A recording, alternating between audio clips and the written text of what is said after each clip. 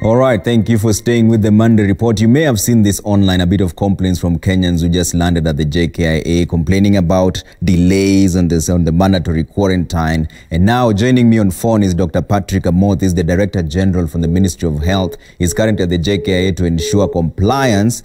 Dr. Good evening. My name is Trevor Mbija. Thanks for making time for us. So why is the government compelling people to pay for their own accommodation?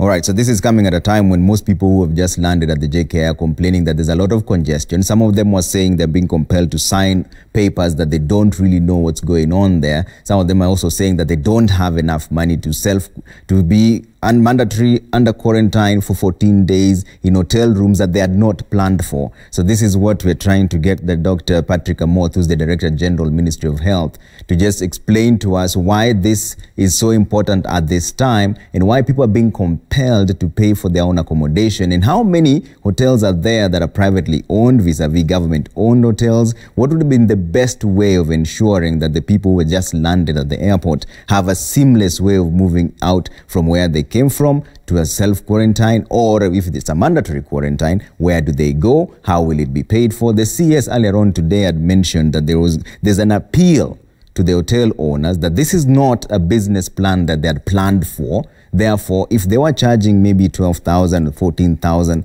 they should charge half of that amount to ensure that they accommodate the people who just come in who don't have the money for this. And Dr. Patrick Amoth, thanks for making time for us. He's the Director General, Ministry of Health. Why is the government compelling people to pay for their own accommodation? Thanks, Trevor.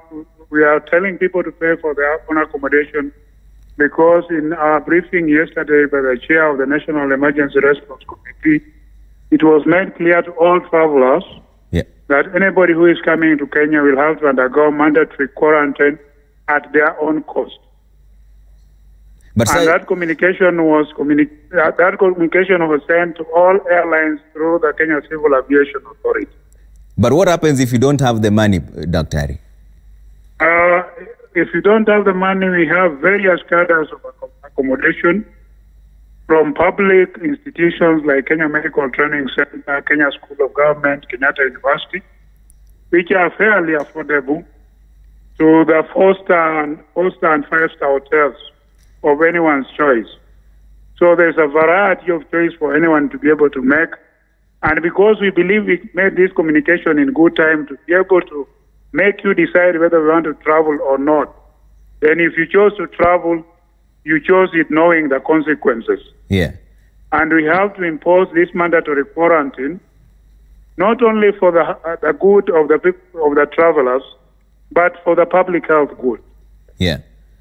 However, you know very well of the 16 cases of COVID reported in Kenya. Yeah. 14 are directly from travelers. Mm-hmm. 2 are close contacts of people who travel from abroad. Yeah. So the link is very, very clear. And this is a job we are going to do with all the passion to be able to protect the lives of Kenyan people. You're at JKIA right now. Do you think that situation will be sorted out fast enough?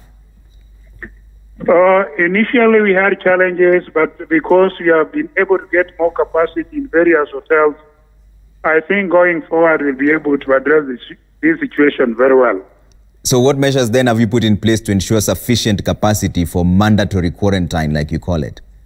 The measures we put in place, of course, is one, to identify the facilities, and we are working very closely with the Ministry of Tourism, other stakeholders in the hotel industry to ensure that we have capacity. But on top of that, of course, we have talked about affordability. We have our health teams, and we are also working with the security apparatus to ensure that the quarantine is enforced to the letter. Dr. Before I let you go, is there some budget or something for sensitization for the people so that the people understand the importance of this rather than making it seem like they're being forced into mandatory quarantine without sufficient explanation?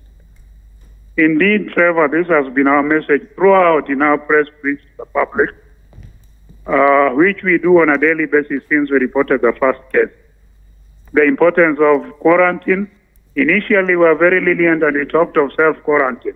Okay. But you saw the way Kenyans were deliberately moving and knowing very well they ought to be under quarantine, moving into social places, exposing a great majority of our people to the risk of getting this infection. So we decided if you cannot be able to comply, then we make it mandatory at your own cost. Okay. So is this mandatory for even the Kenyans who are returning home, or is it just foreigners? It is mandatory for Kenyans who are returning home. Remember, we made a decision last week that no foreigners will be allowed into the country. So these are Kenyans who are coming back. Okay. All right. And it is their duty to be able to protect themselves and also protect the rest of the Kenyan people. Okay. These are extraordinary times, and they call for extraordinary measures that we all have to abide by. All right.